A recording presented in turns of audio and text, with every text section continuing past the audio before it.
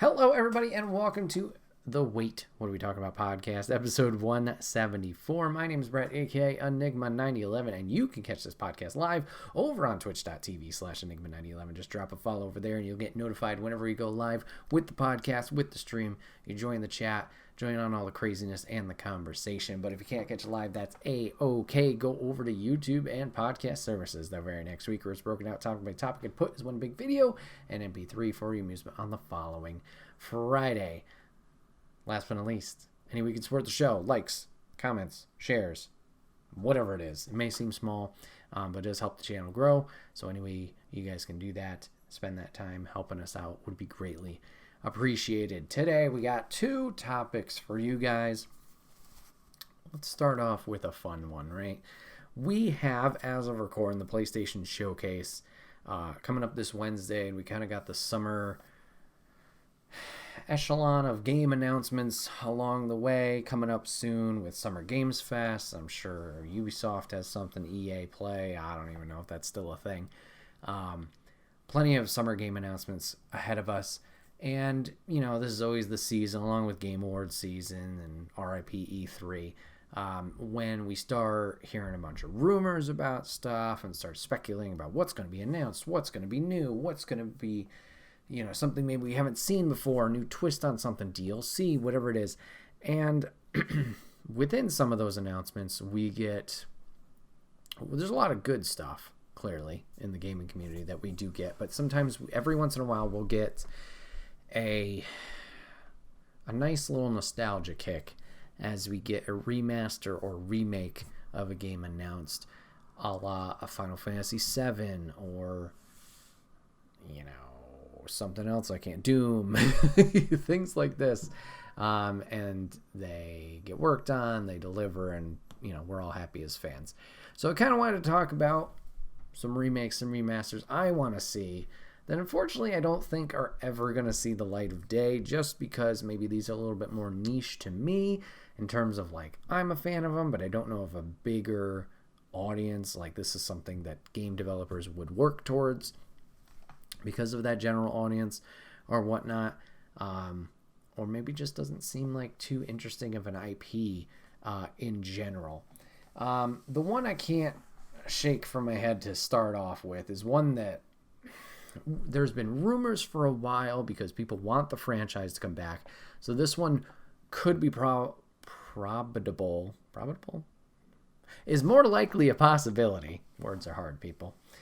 Just because the franchise has a lot of fans behind it, a lot of fanfare for it, and unfortunately it's been one of those rocky roads where even when it did get brought back, not necessarily in a remake fashion, but at least in bringing the IP back, bringing the title back, bringing back the franchise, the excitement was there, the hype was there, and then unfortunately the game didn't deliver in all aspects, is Marvel vs. Capcom. Marvel vs. Capcom 2 would be an awesome remake, remaster. I know there are things that are definitely busted and buggy if they kept everything the same in terms of character-wise. When you look back on the original game, after people got time with it, and obviously arcades and competitions and whatnot, there were characters that definitely people went after, and infinites and combinations and all that stuff that people found that can make the game not fun for the person on the opposite side. But I think that would be a great one to rework, obviously maybe rework a little bit of the game mechanics to make it a little bit more fair or even across the sides. But that game has a lot of fanfare with it just because of its roster. It was a huge roster, and the Marvel vs. Capcom license has a lot of fans behind it, as we saw when they attempted to bring it back with Marvel vs. Capcom Infinite, right, Moose? Everyone was hyped as shit when that announcement came out. We were looking forward to it. We had new characters that were shown off. We had characters returning, whether in the base roster or in DLC, that were just exciting, and movesets that we remembered, some old game mechanics coming back with the Infinity Stones, similar to other Marvel fighting games. I think it was Marvel Superheroes had the Infinity Stones, or gems as they were called at that time. And then when the game came out, gameplay wise, fantastic. It was a 2v2 instead of a 3v3. Combinations were great. Things flowed very well. Whoop, coming up. And there was a lot of fun to be had in the fights itself. But when it came to a roster, it was initially very lacking. And there weren't too many exciting characters to play as. There was potential, but it was very kind of tip of the iceberg stuff. Along with that, the story mode wasn't the greatest. The graphics were, everybody has their Chun-Li memes of how she looked. Wasn't the greatest, so it was something that the TLC was obviously shown in the gameplay, but I guess just in terms of the rest of the game, it didn't seem like as much care was put into it, and that kind of affected fans in a negative way. So that's a bit of a rough one, and there's a lot of licensing issues with that, like Marvel obviously being now owned by Disney, Capcom obviously doing their own thing. It's hard to picture a world in which these two come back together. It'd be awesome, but I don't know. It might be one of those things where we're always hoping, but it's a very difficult one. I'm sure there's some other more logical explanations for why we'll probably never see the franchise again, that someone else better in the FGC and the fighting game community can explain better than I can. But that's one that's definitely always going to be a sore spot in terms of just like, damn, this could have been one of those franchises like the Street Fighters, like Tekken, like Mortal Kombat that just could have continued and continued. And unfortunately, just something, happened where maybe it didn't deliver as much in terms of sales as it did in fanfare, and just it didn't seem like a worthy investment of their time and efforts. And then when they tried again, it fell flat. So, well, I don't know if that one will ever make a comeback. R.I.P. Another one that I can think of from my childhood is on the PC side of things.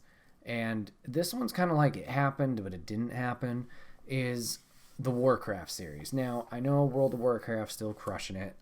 It seems like their user base may have dwindled a little bit with this latest update, the Dragon, whatever. But obviously the game's still going pretty strong, and that's been their bread and butter for 10 plus years. But I'm talking about the OG Warcrafts, Warcraft 1, 2, 3. I remember at least when 2 and 3 launched, just the excitement around it, playing those games, whether it was on my own or with my dad or with some friends, just diving into that world, learning the real-time strategy aspects of it, just building up the bases, finding out all the different characters you can unlock or rather recruit with the different buildings and stuff like that. And since they went the MMORPG route with World of Warcraft, they've kind of never, as far as I know, really gone back to the real-time strategy aspect of it, which is a little unfortunate. I would love for them to go back and give these games some love and do like a remaster trilogy. Now, granted, they did go back and remaster the third one. I haven't paid attention to it. At least at launch, a lot of negative energy about it. Apparently, it took over the old game, so like you couldn't even play the original. You only had to deal with the new one, and it changed the mechanics of it or things inside of it that weren't friendly to the users. And the only thing that they really rezzed up or reworked was, I believe, the cinematics. In terms of the rest of the gameplay and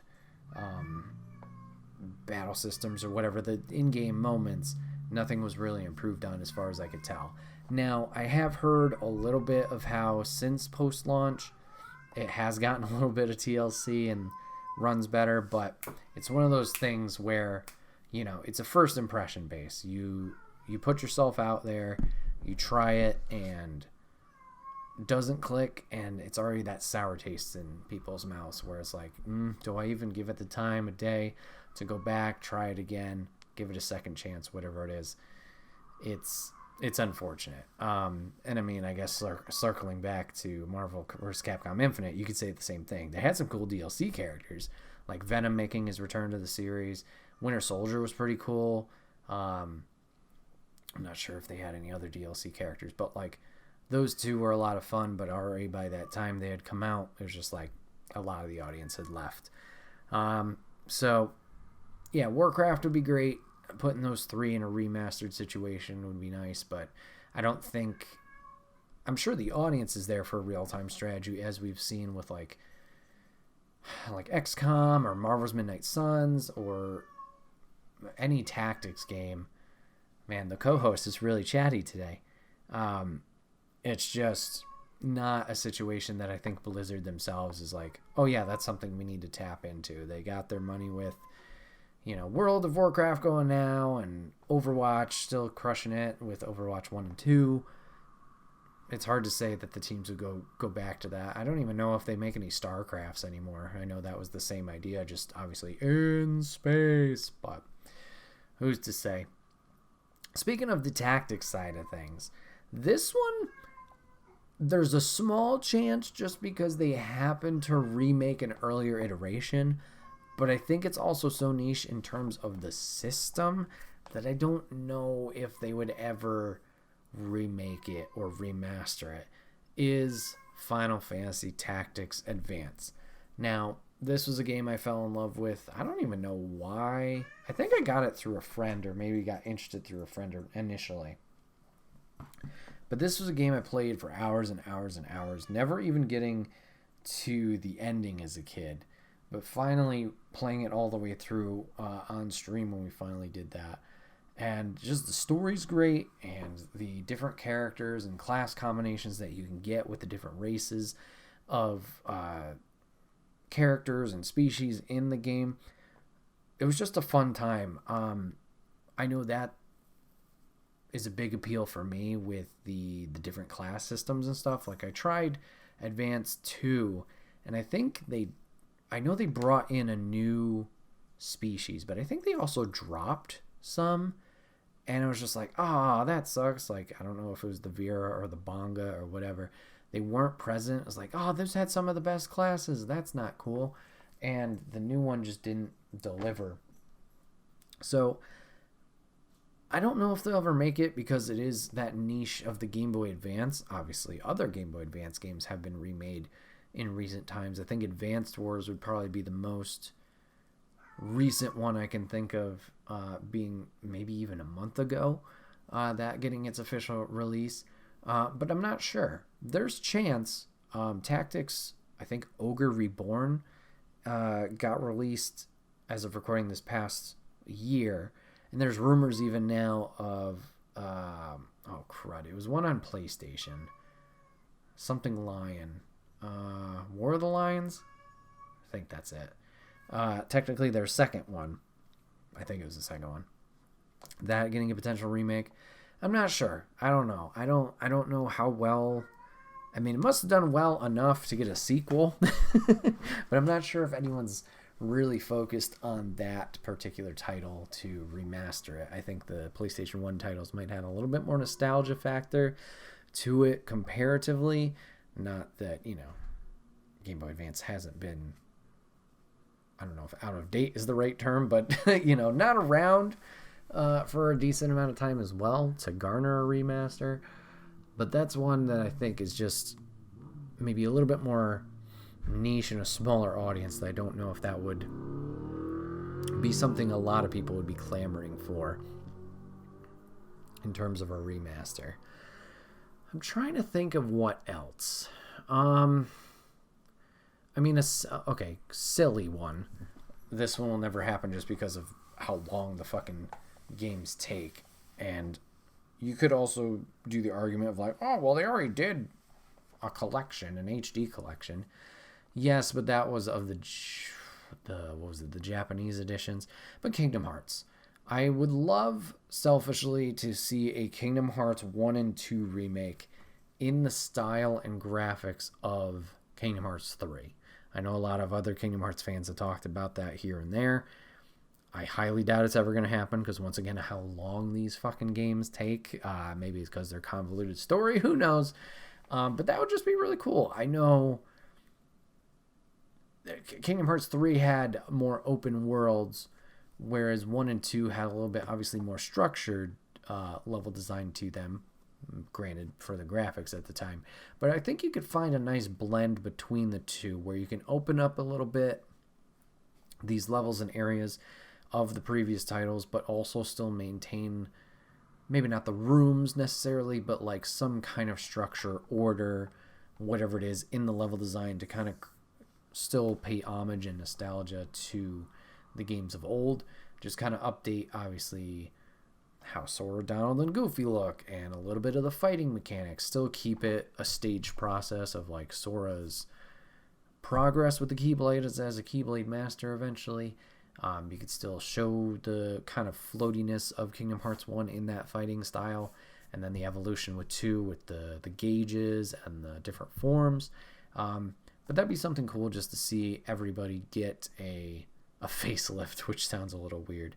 I'm not sure, once again, if that's a licensing issue as well, as we would have the old Final Fantasy characters in there, from Cloud to Leon, Squall, Tifa, Yuffie, oh crap, what's her name? Aerith, wow, Sid. So I'm not sure if that'd be an issue. They weren't present in Kingdom Hearts 3. I'm not sure exactly why that was. I'm sure some research could deal with that too. But then you also have older Disney licenses. I know Tarzan seems to be a little bit of a rough one for some reason.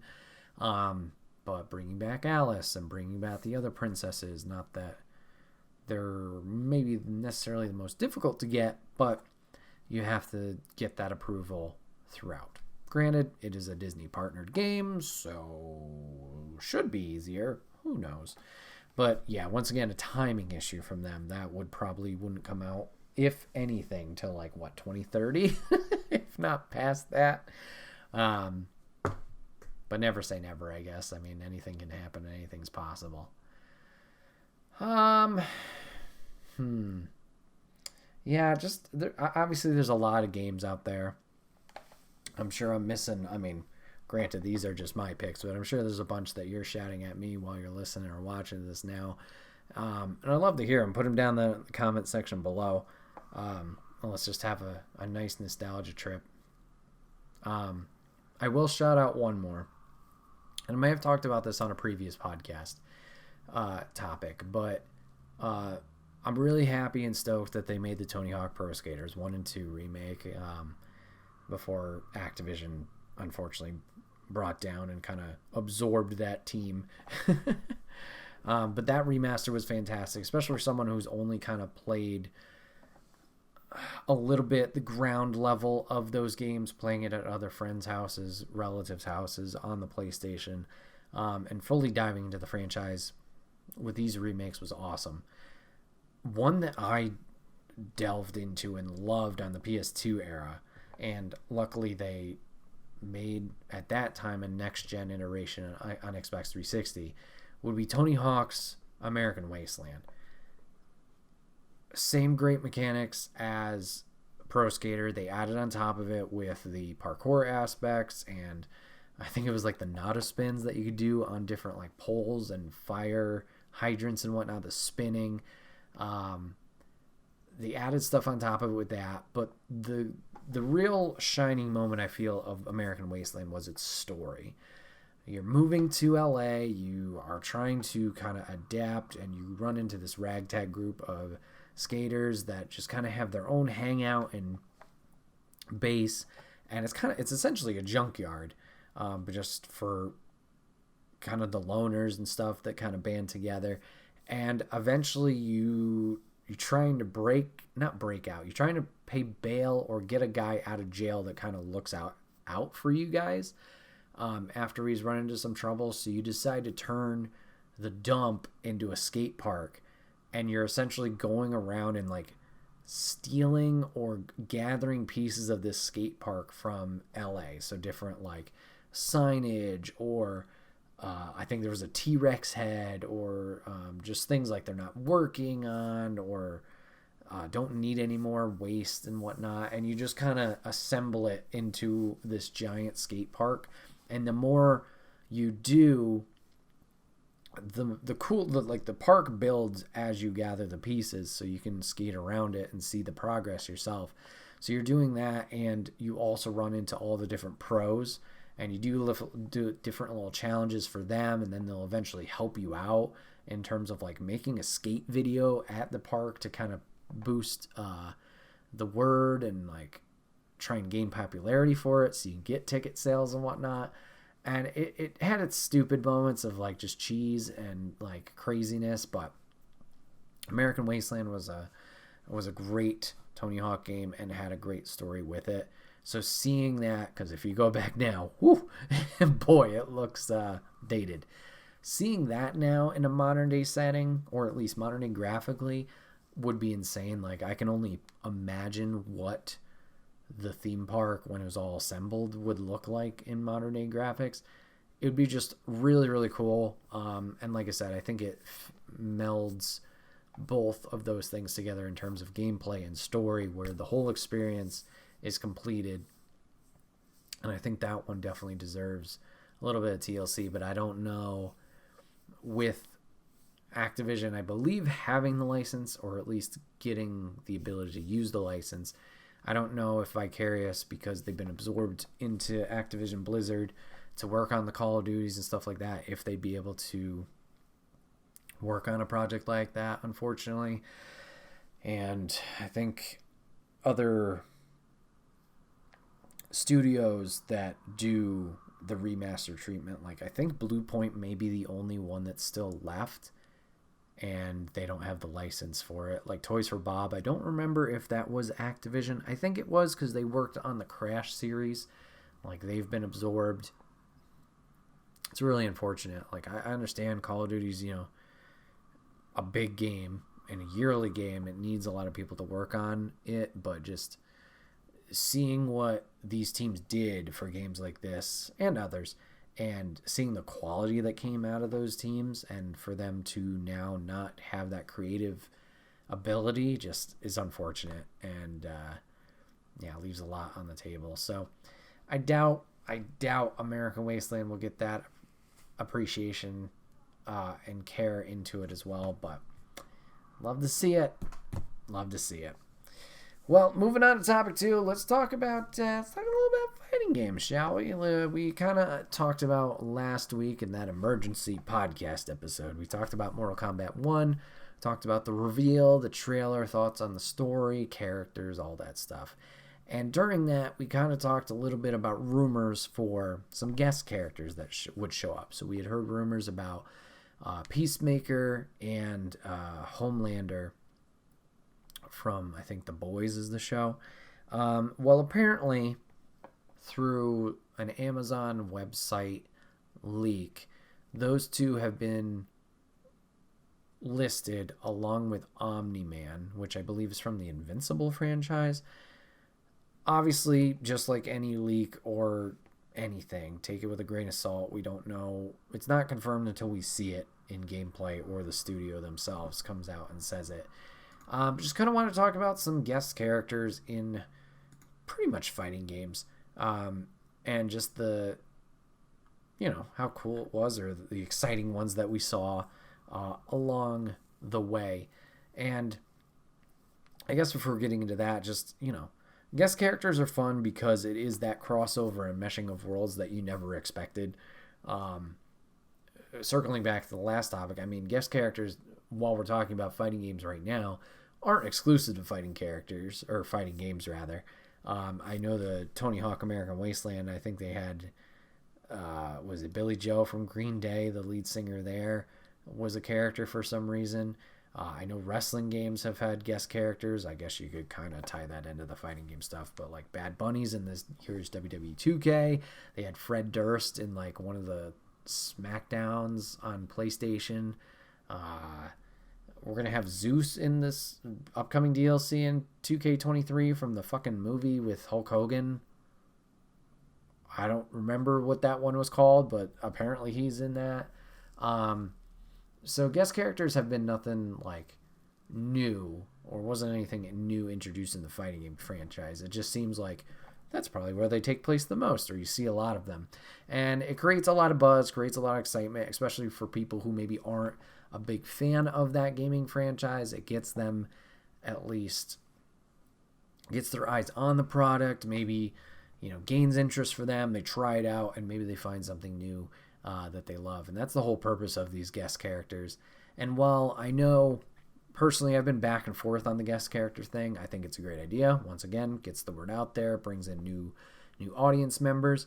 It's also on the other side of the thing of just like, oh, but then you're leaving out X amount of characters, roster characters that could have been somebody in the story already that wasn't present, or a returning character, or something new that adds to the story already within. Usually with guest characters, story is just totally out the window. They're just there to look pretty, to look cool, do something cool, and once again, sell copies of the games. Fair enough. But yeah, let's talk about some cool ones that, from my experience with fighting games, that I really enjoyed, and see if there's some other ones that I don't know, just ring a bell, or like, oh, there so-and-so was in this one. So yeah, I just got a list of guest fighters on Fandom. I'm just gonna kind of go through it and see who calls out to me. One I can think of immediately off the bat, even before getting into the list, is Soul Calibur 2. Soul Calibur 2 had 3 guest characters, and they were all version exclusives. So, or rather, system exclusives. So you had a character for the PlayStation 2, you had a character for the Xbox, and you had a character for the Nintendo.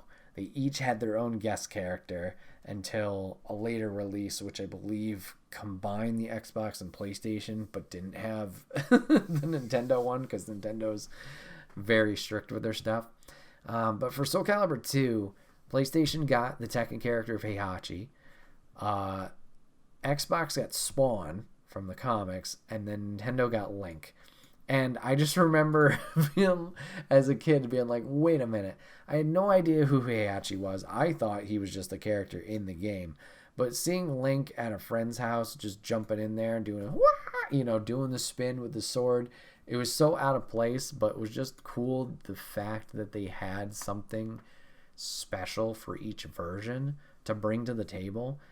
Really cool to see that, and have that kind of also like freshness based on what platform you were playing on. And speaking of Soul Calibur, they did bring it back with Soul Calibur 4. They kind of had a little bit of Star Wars theme going, or maybe they got that license. But in the base game, they had the Secret Apprentice. I don't remember the character's name, but he was the character from the hold on, Star Wars Unleashed, or Force Unleashed series, which was telling the story about a secret apprentice that Vader had to try and take down the Emperor during the time period in between episode 3 and episode 4. And eventually in the first game, like, you're all dark side and you're trying to improve your skills, hunt down other Jedis that may have survived Order 66, and then eventually you go after, I believe, the Emperor, or maybe you get close to that point, and Vader like betrays you, and you turn to the light side, learn about, your past in the second one, and it turns into a whole thing. But those games are a lot of fun. So Soul Calibur 4 had the Secret Apprentice in the base game to try and, I guess, cross-promote. But then they also had version-exclusive characters as well, as they had Vader on PlayStation platforms, and they had Yoda on the Xbox platform. So you kind of got a little bit more taste of each character, at least for a while. I think eventually they had it where the other Jedi or Sith character was downloadable after a bit of timed exclusivity. But yeah, Soul Calibur has been on top of it. I know Ezio Auditore was also in Soul Calibur 5. I don't think 6. Oh, 6 got Geralt of Rivia, so you know, The Witcher in there. So Soul Calibur's definitely had their fair share of guest characters. Speaking more on my personal experience, if we're going to talk about some guest characters, we had a bunch. Mortal Kombat's been another one they've had, not some standouts, but definitely ones that they've always included for a while. I think definitely since Mortal Kombat 9, where they had Kratos was part of the PlayStation platforms for Mortal Kombat 9, and then they like doing their horror icons. So we had Freddy Krueger in Mortal Kombat 9. MKX had a bunch. They had Jason Voorhees, they had Predator, they had Alien, and they had Leatherface. I remember the hype coming around Predator and Alien, just because, you know, the dynamic. Oh, Alien versus Predator, blah, blah, blah. So that was fun, even if I hadn't personally taken a part in those franchises. Mortal Kombat 11, Spawn made his return after a while. The Joker, just to kind of tie in with DC stuff. And then we got like the weird 80s kind of trip in there, as we got the Terminator, we got RoboCop, and we got John Rambo in there as well. So some interesting characters, all looked great. Some definitely were more interesting to play than others in terms of their additions. Injustice, because it's NetherRealm, had to do some crossover with Mortal Kombat. So Injustice Gods Among Us, the first one, did have Scorpion in there. Injustice 2 brought in Sub-Zero and Raiden. But then we got some very cool comic crossovers and guest characters with Injustice 2 as well, as we got Hellboy in there. And probably my favorite characters to play in Injustice 2, or at least some of them, would be the Teenage Mutant Ninja Turtles.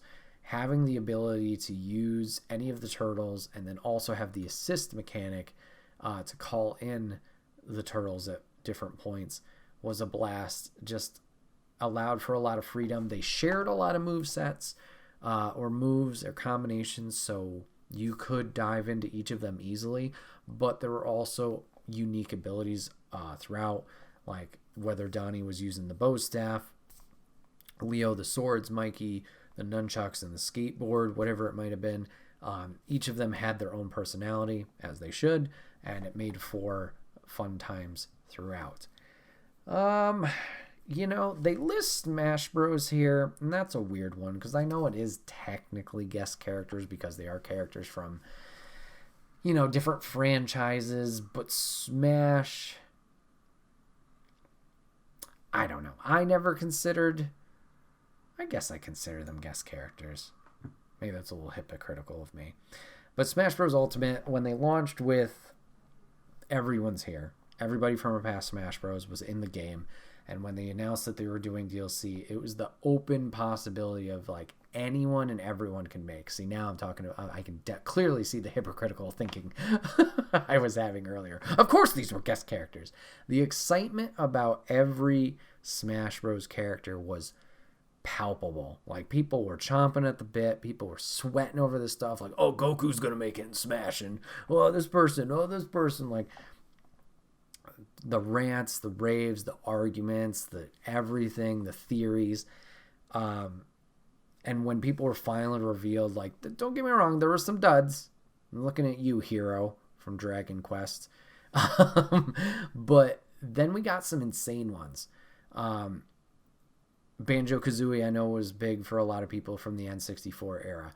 Terry Bogard, maybe while not the most exciting for FGC people, that one was hype as shit. But to the general audience, I understand that. We got some fun ones. We got the Minecraft guys. Sephiroth blew everybody's mind being in there, and that reveal, I believe, at the Game Awards. And then Sora to end it all out, just being like, holy shit, Disney played ball. And just like totally left field as well. Like, it was a high one, a character people wanted badly, but it was another one where we just thought, no, it's never gonna happen. It's Disney you're playing with. They're not gonna play ball. They're very protective of their stuff, but here we are with the insanity of that. And of course, you call back to the previous DLC even before them, with your Cloud and Simon Richter from Castlevania, Ken from Street Fighter, and other characters along the way. You get some interesting ones and some fun ones in there.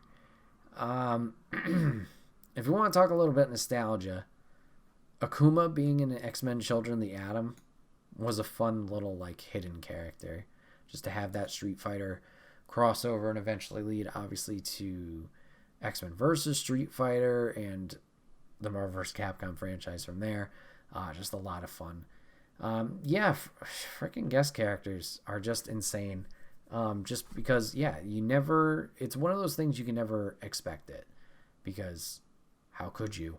Unless it's going to be a cross promotion from a game from the same studio. Once again, like a la the Injustice and the Mortal Kombat stuff. When they finally are revealed and just seeing what kind of crossover that is allowed, it blows your mind to even think like that was a possibility, and it opens up, similar to a Smash Bros, the door to anything. Guest characters, a lot of fun.